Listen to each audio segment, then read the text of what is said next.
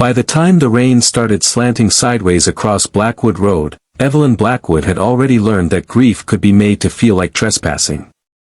She was 16 years old, soaked through to the wrists, and standing on the porch of the keeper's cottage with her father's funeral mud still drying on the hem of her black skirt when her Aunt Beatrice pulled up in a dark green SUV that looked expensive from a distance and tired up close, its chrome flecked with rust from too many winters and too much salt air. The engine shut off. The wipers dragged once more across the windshield like a final irritated sigh. Then the driver's door opened, and Beatrice stepped out in pointed boots not meant for puddles, holding an umbrella over herself as if the storm had singled her out personally. The cottage sat in the shadow of Blackwood Manor's distant eastern tower, where fog gathered every evening and never seemed to fully leave by morning. Evie had spent her whole life under that tower's gaze, watching her father tend to a house no one lived in and everyone talked about. He had called it work. The rest of town called it devotion to a ruin. 3 nights earlier he had fallen from the docks in weather clear enough to raise questions, though nobody in Barrow's End was foolish enough to ask them loudly. He had been found in the Black Harbor water at dawn, one hand skinned, his coat missing 2 buttons, his face already carrying the stillness of something resolved elsewhere. Beatrice didn't hug her. She didn't even slow her stride. She looked at Evie once, at the wet porch boards, at the cheap brass latch on the cottage door, and said, "Well, no point drawing this out." Evie stood aside because there was no one left to stand beside her. Beatrice moved through the cottage with the clipped efficiency of a woman sorting pantry goods she did not intend to keep. She opened drawers, snapped shut trunks, yanked dresses from pegs, and stuffed Evie's clothes into black trash bags she had brought in the back of the SUV. The sound of plastic crinkling through the small rooms was worse than shouting. It made a life seem disposable. The kitchen still smelled faintly of coffee and pine smoke. Her father's work gloves still hung by the stove. On the table sat the chipped blue mug he had used the morning he died. Beatrice swept past it all like a tax collector. "You can't do this today," Evie said at last, her voice quieter than she wanted. "At least wait until after the week." Beatrice didn't look up from the bureau where she was stripping out drawers. "The week doesn't pay bills. This is my home." "This," Beatrice said, turning with one of Evie's sweaters half hanging from her fist, "was your father's service cottage, and your father is gone. The estate owns the land, the county wants the taxes settled, and I am not spending one more dollar keeping sentiment alive in a moldy shack. It's raining. It's Maine in October. That narrows nothing down." She tied off one of the trash bags with a hard jerk and set it by the door. Her perfume smelled sharp and floral, wrong for the place, wrong for the day. Outside, the wind bent the dead hydrangeas flat against the fence. Evie watched her move into her father's room. Something changed in her face then, a flint-hard alertness, because that room still felt occupied in the way rooms do after sudden death. The bed was made. The closet door was ajar. His pea coat hung where he'd left it. Beatrice rifled the pockets, then paused. She drew something out between 2 fingers, frowned, and came back into the front room. "That old fool," she muttered. She tossed the object at Evie without warning. Evie caught it by instinct and felt the cold, dead weight of iron in her palm. It was a key, larger than any house key, older than any lock she'd ever used, with a dark bloom of rust along the shaft and a strange star-toothed bit at the end. The bow was thick, hand-forged, and worn smooth in places from years of being turned over by someone's thumb. "He guarded a rotting tomb for 30 years, Beatrice said, with the satisfaction of someone finally arriving at her point, "and left you nothing but a $1 piece of rusty junk." Evie stared at the key. She had seen it before, though only in glimpses. Her father had kept it tucked in his coat or in the small locked drawer of his workbench. Once when she was 10, she had asked him what it opened. He had smiled without humor and told her that some locks mattered more for when they were opened than for what they protected. Beatrice dragged another bag to the porch. "You can take the clothes, the books, and whatever else fits in the car if you can find someone stupid enough to help you. The furniture stays. The cottage is being cleared by Friday. There has to be a will. For a caretaker." Beatrice laughed. Don't be naive. He worked for the Blackwoods his whole life. And he died with wet boots and no savings. Whatever loyalty bought him, it wasn't wealth. Evie's fingers closed around the key so tightly the teeth pressed into her skin. She wanted to say something that would wound. Instead she asked, "Where am I supposed to go?" Beatrice studied her for a second, and the answer in her face was worse than cruelty. It was indifference. "That," she said, lifting her umbrella, "is not my department." She walked back through the rain, slid into the SUV, and reversed in a spray of gravel. For a moment the headlights caught the distant line of Blackwood Manor's iron gates up the hill, tall as church doors, their spear points black against the thickening weather. Then Beatrice was gone. Evie stood alone on the porch with 3 trash bags at her feet, the key in her hand, and the sense that the whole coast had tilted half an inch away from mercy. By evening the sky over Barrow's End had turned the color of old slate. The harbor vanished behind a sheet of rain, and radios up and down the coast began warning of a nor'easter rolling in hard from the Atlantic. Fishermen ran extra lines. Shopkeepers boarded windows. The diner closed early. Evie carried 1 trash bag at a time to the covered alcove beside the hardware store, where Mr. Gannon let deliveries sit in bad weather, but even he shook his head when she asked if she could sleep there. "Storm's coming mean," he said, not meeting her eyes. "I'm locking up." By dark the town had folded in on itself, each house a glowing box against the rain.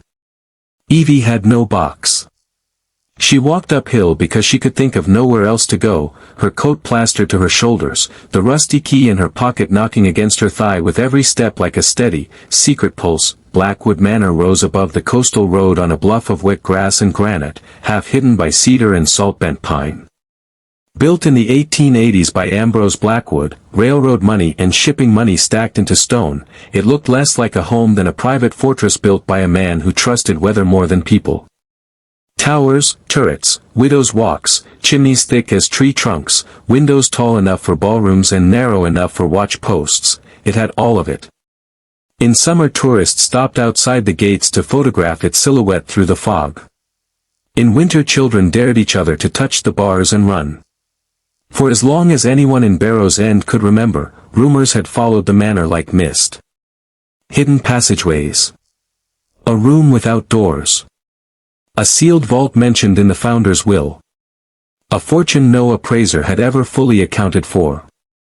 When Ambrose Blackwood's last direct heir died the previous spring in Boston, leaving no children and a will tangled enough to feed lawyers for years, the estate became national gossip for a week and local obsession for months. Mr. Sterling, the attorney handling it out of Portland, had made an offer half strategic and half theatrical. Somewhere on the grounds or within the structure, the will insisted, there existed an original iron vault door containing documents essential to the final settlement of the estate. Surveyors, architects, historians, and treasure hunters had been invited to search under supervision. The fee for finding the true iron door was enormous by Maine standards, enough to make fishermen neglect their traps and city men arrive in fleece coats with ground-penetrating devices and measuring tape.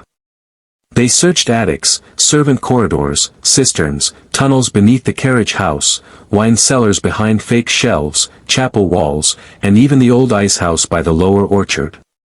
They found nothing. Her father had watched them all with that unreadable quiet of his and said very little. Now the gate stood closed, rain streaming down the black iron scrollwork.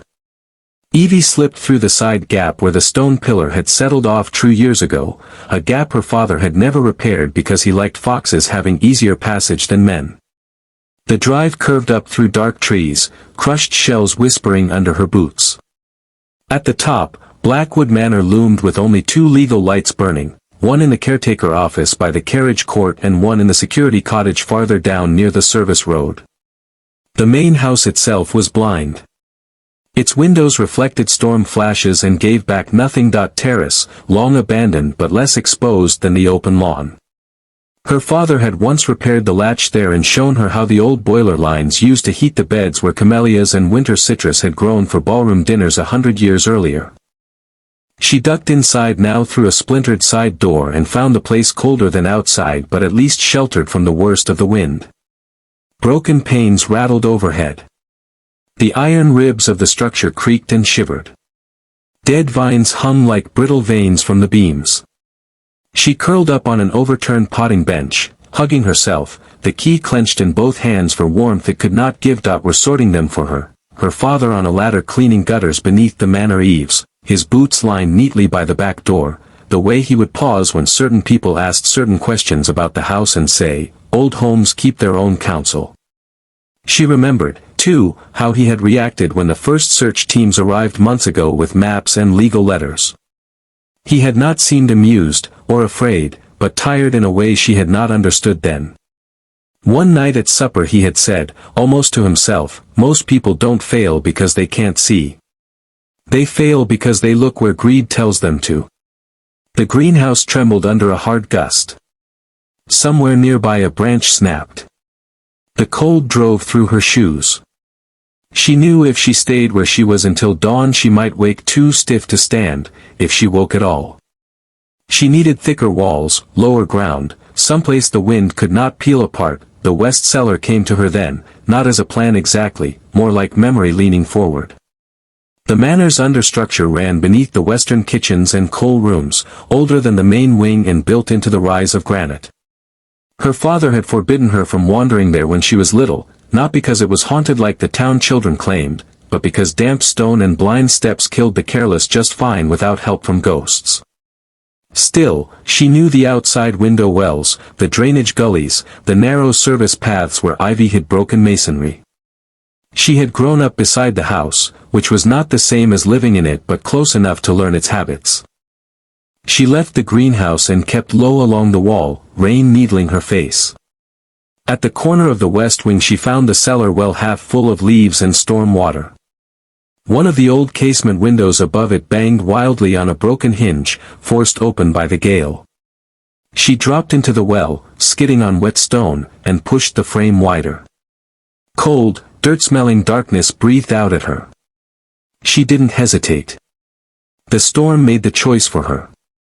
She climbed through. Inside, the noise of the wind changed shape. It no longer roared, it pressed. Water dripped somewhere steadily. The air smelled of coal dust, damp earth, old oak, and the mineral chill of stone that never forgot winter. Evie stood still until her eyes adjusted to a layered dark, shelves, piped shadows, stacked crates rotting in place. Lightning flashed once through the window behind her and showed the room in negative, arched ceiling, flagstone floor, a corridor leading deeper, and along the far wall something huge and hulking beneath a drape of cobwebs. She moved toward it with one hand out. The floor was slick in patches where storm seepage had fed moss between stones. Another flash, another glimpse, a massive wardrobe, not a cellar piece at all but some antique giant of carved oak dragged down from a grander room decades earlier and forgotten here. It stood absurdly elegant among coal bins and broken baskets, one brass pull hanging loose, its mirrored panel clouded to blindness. Then her boot slid. The fall was sudden and graceless. Her shoulder struck the wardrobe hard enough to jar her teeth. The old piece lurched with a groan of stressed wood and scraped several inches sideways across the stone floor. The sound echoed through the cellar like furniture moving in a dream. Evie pushed herself up, wincing, and froze. Behind the wardrobe, where the wall should have been uninterrupted fieldstone, was a narrow bricked recess not visible from any angle unless the wardrobe had shifted. The bricks weren't original. Even in the dark she could see the difference, tighter laid, smoother faced, a later concealment fitted into an older wall. Rainwater from the storm had run in a thin black seam down one side, washing away grime and exposing a small void where one brick had cracked inward. Inside that hollow something metallic caught the next flicker of lightning. She reached in and pulled away dirt with numb fingers. A brass plate emerged, geometric and deliberate, about the size of her hand, set deeper than the brick surface as if protecting a mechanism hidden within. Its design was not decorative. It was mathematical, radiating cuts around a central slot, a pattern of points and angles like a compass rose crossed with a machine gear. Evie stared at it, breath shallow. The slot was shaped in a way no ordinary key could fit. Not square, not round, not warded in any common sense. Star-toothed, she dug the rusty key from her pocket and held it under the faint light bleeding through the storm window. Even covered in rust, its teeth matched the engraved form almost exactly, each point and notch mirrored in the brass like a promise kept too long in silence. For one wild second she heard her father's voice so clearly it was as though he stood beside her in the damp. Not yet. Not until you can stand alone. Her hand shook as she cleared the rest of the hollow brick with the edge of a coal shovel. More of the brass plate came free. It was mounted to something beneath the wall, not just to the masonry. The brickwork here had been built to hide it, not support it. She brushed away mortar dust and found faint initials stamped at the bottom, nearly erased by time. A.B. Ambrose Blackwood. Evie sat back on her heels in the dripping cellar, the key heavy in her palm, the storm beating at the house above like fists. All those men with instruments and lanterns and legal authority had searched the grand rooms, the obvious spaces, the places a rich man would show another rich man. They had never thought to shove aside a dead wardrobe in the coal cellar. Or perhaps they had seen it and dismissed it as junk, as Beatrice had dismissed everything her father left behind. She slid the key into the brass plate. At first it resisted. Rust caught. The mechanism inside had not been disturbed in a century, maybe longer. Evie eased it back out, wiped it on her sleeve, tried again with more pressure and less fear. This time the shaft entered fully. Metal met metal with a deep intimate certainty. She held still. Even the storm seemed to pause, then she turned. What answered was not the click of a simple lock but a buried chain of events waking up. Something deep in the wall engaged with a heavy, reluctant grind. Hidden gears, iron teeth, a counterweight shifting inside stone. Dust sifted down from the ceiling. Mortar cracked in a crisp line beside the recess. Evie stumbled back as the brick section in front of her shuddered once and then began sliding sideways into the darkness within the wall, slow as a tomb deciding. Behind it stood the door no one could find. It was enormous, far larger than the recess had implied, revealed now as the false brick partition withdrew across its face. Black cast iron. Riveted seams. A wheel-less, industrial severity that belonged less to a mansion than to a bank vault or warship. Moisture glistened on it in tiny points, but there was no real corrosion, only the sealed endurance of metal made to outlast arguments. At its center sat a key housing of dark bronze, shaped for the same star-toothed bit, and around it ran concentric rings of engraved numbers and letters, not for a combination but perhaps for indexing some older mechanical certainty. The door frame disappeared into dressed granite blocks fitted with such precision that even now no knife blade could have slipped between them. Evie stepped closer until she could smell the iron, cold and faintly oily beneath the cellar damp. Her father had known. Not guessed. Known. The realization struck harder than the discovery itself. He had spent 30 years protecting this house from weather, vandals, accountants, and curiosity, all while carrying the one key that mattered in his coat pocket like a quiet sentence waiting for the right hour. She placed her hand on the metal. It was shockingly cold. What were you keeping? She whispered, though whether she meant the house or her father she couldn't have said. The storm answered with thunder above the bluff. She removed the key from the brass trigger plate and inserted it into the lock at the center of the iron door. Here the fit was perfect, almost gentle. The key seemed not to enter the lock so much as return to it. When she turned it, the resistance was immense. She braced one boot against the granite threshold and used both hands. Somewhere inside the thickness of the door, tumblers the size of wrists began to rotate. Then came a sound so heavy and absolute it seemed to rearrange the air in the cellar itself, a massive metallic thud. Like a ship's anchor dropped inside the walls of the world. The seal had broken. That a line appeared along the door's edge. Stale air slipped out, dry and cold and untouched by the ocean. With agonizing slowness the door swung inward on hidden hinges, each inch releasing another groan of old engineering waking from its long discipline. Darkness lay beyond, not the cluttered darkness of a cellar but a complete and waiting one. Evie found a coal lantern on a nearby shelf, half full of kerosene by some miracle of negligence and preservation. Her father had taught her to trim a wick by feel. A match still sat in the tin beside it. When the lantern flared to life, gold light pushed into the chamber and showed her what greed had missed because greed expected glitter. The vault was not packed to the ceiling with treasure. It was orderly. Exact. Shelves of steel, locked document drawers. Cedar crates with wax seals. Leather cases. A narrow desk bolted to the floor. No dust lay over the central table. That was the first thing she noticed and the strangest. The air had kept the room so dry and still that everything inside seemed paused rather than abandoned, as though its owner had stepped out for a moment and might return to finish a letter. On the table sat a steel box the size of a Bible, polished enough to reflect the lantern flame. Across its lid, in careful black ink beneath varnish, someone had written a single word, Evelyn. She stopped breathing, the box was unlocked, inside lay three things on top, a folded letter, a ring of smaller keys, and her father's pocket watch. The watch had cracked across the crystal years ago and lost time every afternoon at 14 minutes past 3. He had still carried it.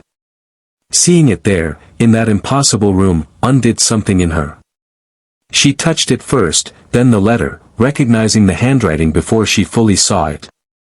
Her father's hand had always looked as though it were trying not to take up too much space. Plain. Upright. Patient. Evie unfolded the pages. If you are reading this, he had written, then the hour I hoped to postpone has arrived, and I am no longer standing between you and the truth. You may be angry with me. You may be frightened. I was both. The day this was placed in my keeping, she sat on the stool by the table because her knees would not trust her. The letter told a story larger than any rumor in Barrow's End and quieter than any legend deserved. Her father, whose name had been Thomas Reed to the town, had not been merely a caretaker hired by the Blackwoods. He had been born Thomas Blackwood Reed, the grandson of Ambrose Blackwood through a daughter who married against the family's wishes and disappeared from the record to avoid the orbit of inherited greed. When Ambrose grew old and saw what his relatives had become, predatory, litigious, willing to sell land, people, and loyalty by the acre, he devised a final protection. The core fortune, the essential deeds, and the legal instruments granting control of the estate's unencumbered holdings were hidden behind the iron door. The visible estate, the squabbling public inheritance, the decaying grandeur everyone fought over, those were distractions. The real inheritance was to pass not to the loudest claimant but to the descendant who proved able to reach it without being corrupted by the hunt. Your grandfather did not trust wealth in the hands of those who loved it more than duty, the letter said. He trusted endurance, attention, and restraint. He believed the house should one day belong to someone who knew its bones before its value. Thomas had been told the truth as a young man by his own mother, who had served in secret as one of the household's last protected heirs. He accepted the role of caretaker not out of resignation, but guardianship. He lived modestly on purpose. He maintained the manor, guarded the vault, and waited until he believed Evie would be old enough to inherit a fortune without being owned by it. He had meant to tell her on her 18th birthday that if something happens before then, the letter continued, trust no one who arrives quickly after death with sympathy arranged too neatly. Least of all kin who measure grief in inventory. Take these documents to Sterling and Vale in Portland. Jonathan Sterling is the only attorney outside the family line my mother believed would honor the original codicil. He has been searching for the iron door on behalf of the public estate because he knows only part of the truth. What he does not know is that the finder's fee was never the true design. The finder, if she is of my blood and of sound judgment, is the heir. Evie lowered the pages and looked into the steel box. Below the letter lay packets wrapped in oilskin, each labeled in her father's hand. Original deeds to thousands of acres of coastal property. Bond certificates. Title instruments. Once people saw the water, memory and courage came back together. Mrs. Alvarez spoke of the communal spout her mother had used. Pastor Green admitted he had seen Delia Voss begging witnesses to stand with her and had done nothing. The clerk, sweating now despite the cold, conceded the replacement volumes had been copied under Emmett Creed's supervision. Harlan tried to call for order, then for patience, then for review, but the finest thing about truth finally believed is that it reduces the usefulness of men who have long sold interpretation as if it were law. A district engineer was sent for from Salida. By week's end he confirmed the spring line, the original easement, and the unlawful obstruction farther down where Creed fencing and fill had choked the public channel into private use. Harlan lost not only the disputed strip but the authority that had made every prior theft easy. Creditors who had feared him began examining their own papers. Families whose small plots had been pinched by corrections brought forward deeds. His empire did not explode. It shrank, which is often the truer form of judgment. Before winter's middle, he had sold 2 teams, dismissed his clerk, and taken to walking rather than riding, not because the town ruined him by force, but because the town stopped lending him its obedience. Miriam might have kept the spring cabin as her private advantage. No one would have blamed her. She could have charged for access, demanded repayment, bartered the documents into comfort. But she understood that stolen things do not become clean merely because they pass through kinder hands. So she chose the harder righteousness. She gave the original Voss papers to the district court for permanent record and kept only certified copies. She opened the cellar reserve and divided the bean seed between the schoolchildren and the widows on the East Road. Mr. Sato grafted the living apple scions onto hardy rootstock behind the mission, and within 2 years, there were young trees where dust had once been trusted more than the future.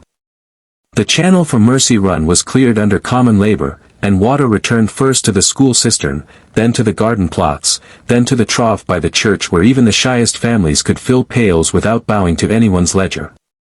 Men who had watched her eviction through lace curtains now came up to widow's bench with boards, glass, lime, and apology disguised as practical help.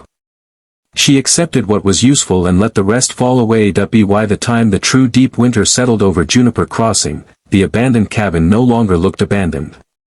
Smoke rose from its chimney in a straight faithful line. The porch had been righted.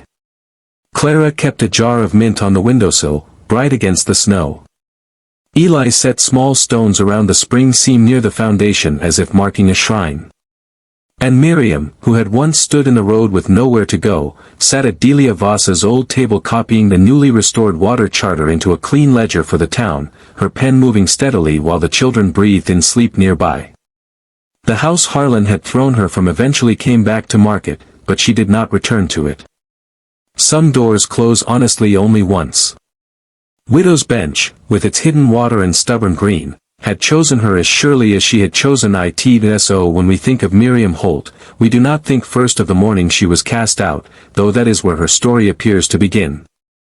We think of the fact that she was 34 and winter was coming and she still had the discipline to notice what others had passed 100 times without seeing, the warm strip of earth by the stones, the hollow sound behind the hearth, the faded blue mark, the old language buried under newer greed. She had lost her husband, her home, her place in the easy order of town life, and still she did not let bitterness turn her blind. That is the rarer strength. Many people can endure hardship. My father did. Just not recently. In his office, with the harbor visible in miniature through the windows, she laid out the key, the codicil, the deeds, and finally the letter. Sterling read in silence for a very long time. Once he removed his glasses and cleaned them though they were not dirty. Once he stood up, walked to the window, and stood there with his hands clasped behind him. When he turned back, the professional mask had not fallen exactly, but it had cracked enough to show astonishment underneath. Your father, he said carefully, was Thomas Reed? Thomas Blackwood Reed. Sterling nodded as if fitting a final piece into a structure he had suspected but never seen. I knew there was another instrument. I knew Ambrose Blackwood was too deliberate to leave the estate in the condition the public probate suggested. But I never had proof. He touched the codicil with 2 fingers. This is proof. And the house? Evie asked. Sterling met her eyes. If these documents are authenticated, and I have no reason to believe they will not be, then the core Blackwood trust vests in you. Not the decorative carcass of it. The actual estate. For the first time since the funeral, something like steadiness entered her chest. A few weeks later, when the papers were filed, the newspapers corrected themselves, the county corrected its records, and the contractors arrived at Blackwood Manor not as scavengers but as restorers.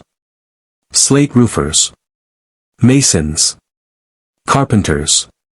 Window specialists from Boston. Landscapers to clear the choking growth from the terraces. New lights came on wing by wing at dusk, and the house that had crouched in darkness for years began to gather shape again against the sea. Aunt Beatrice saw it by accident. She was driving north on Blackwood Road in the same expensive rust-bitten SUV, intending, according to town gossip, to ask whether any personal effects of Thomas Reed's remained unsold that she might still claim. So when the district examiner arrived 2 days later and temporarily froze certain bank actions, she did not celebrate. She gathered townspeople in the shell of the forge instead, beneath rafters still smelling of old smoke, and unrolled Silas's map across a bench. There, with Dinah reading figures, Mateo marking grades, and Mrs. Kettle spooning stew into bowls for whoever came to work, Eliza explained what her father had prepared. Cold Widow Spring was not a miracle. It was better than that. It was real. The line could be cut in stages before the ground locked hard.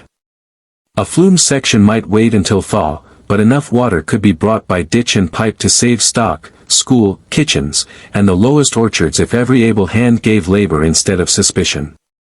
Some doubted. A few muttered that the whole business was too grand for a woman with soot on her cuffs. Eliza answered by laying the redeemed certificates on the bench, one by one, and saying that Silas Harlan had left those funds not for private comfort but for shared rescue, and that any man unwilling to sweat beside a widow or schoolteacher could stand aside while the rest of Red Wash saved itself. There is a moment in most communities when people either become neighbors again or remain a crowd forever. Red Wash wavered on that edge, then chose. Shovels appeared. Teams were lent. Boys hauled pipe. Dinah organized work tallies so no family's labor went uncounted. Even Reverend Pike, who had once praised Amos from the pulpit for civic prudence, came out with his coat off and blistered his palms in honest embarrassment. The line to Cold Widow Spring was difficult exactly where Silas had warned it would be. Basalt shelves had to be chipped, then drilled. The ditch grade required more care than brute force. Twice they had cave-ins. Once an early storm buried the upper cut and left everyone gray-faced with fatigue.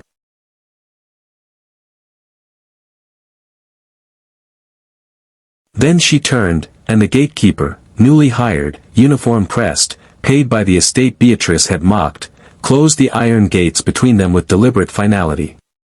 The SUV remained there another few seconds, idling in humiliation, before backing down the road and disappearing into the coastal fog.by. Winter. Blackwood Manor no longer looked like a legend people had failed to solve. It looked like what it had always been waiting to become again, a house with an owner who understood both its secrets and its burden.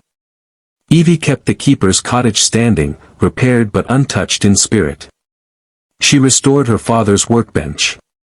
She ordered an inquiry into the circumstances of his fall at the docks. She funded repairs for the harbor lights and scholarships for the town school because she knew too well how quickly people were told they had no inheritance but weather, and the old star-toothed key. She did not lock it away in velvet. She kept it on the desk in the manor library where the afternoon light could strike its rust and turn it briefly gold, because that was the truth no one in Barrow's End ever forgot after that autumn. Some keys look worthless in the wrong hand. Some fortunes disguise themselves as scraps of iron, as old stories, as the last thing a desperate girl has left in her pocket. But give that same key to someone patient enough to see what others dismiss, strong enough to endure being cast out, and brave enough to turn it when the world says there is nothing there, and it will do what great keys have always done. It will not merely open a hidden door.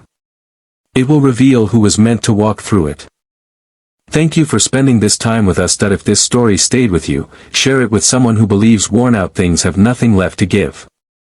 And before you go, tell us this: what is a time you found value in something others had already written off? We always love reading the places where your own stories meet ours. Until next time, stay close.